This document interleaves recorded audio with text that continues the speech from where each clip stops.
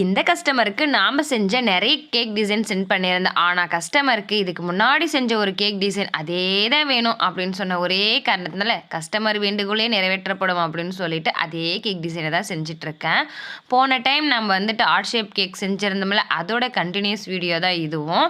இது வந்து 2 கேஜில 2 tyre black forest கேக்கு தான் கஸ்டமர் கேட்டிருந்தாங்க. நம்ம செஞ்சோம்ல அந்த ஹார்ட் ஷேப் தான் மேலே வைக்கும்போது கொஞ்சம் பயமா இருந்துச்சு. என்னன்னா ஒட்டின பேட்ச் ஒர்க் எல்லாம் புடுங்கிருச்சுன்னா என்ன பண்ணுறது அப்படின்னு சொல்லிட்டு பயத்தோட தான் எடுத்து வச்சிருந்தேன். பரவாயில்ல, ஏதோ அந்த மாதிரி வந்து கலந்து விடாமல் நம்ம மானத்தை காப்பாற்றிருந்துச்சு இந்த ஹார்ட் ஷேப் கேக்கு.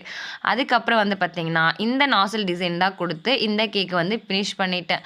ஓரளவுக்கு 2 டயர் கேக்கு பர்ஃபெக்டாக வந்ததுக்கப்புறம் நாம் அந்த டிசைன் எல்லாம் கொடுக்க ஆரம்பித்தாச்சு. நாளைக்கு மதியம் தான் டெலிவரி கஸ்டமர் கொடுக்க சொல்லியிருக்காங்க. அதுக்குள்ளே நம்ம வந்து செஞ்சிடணும். எப்பவுமே நம்மளுக்கு தான் சொன்ன அளவோட மிச்சமாக தானே வரும். அந்த மாதிரி தான் 2 கிலோவுக்கு 2.25 கிலோ கேக் வந்துருச்சு. கேக் எப்படி இருக்குன்னு சொல்லிட்டு கமெண்ட் பண்ணுங்கள்.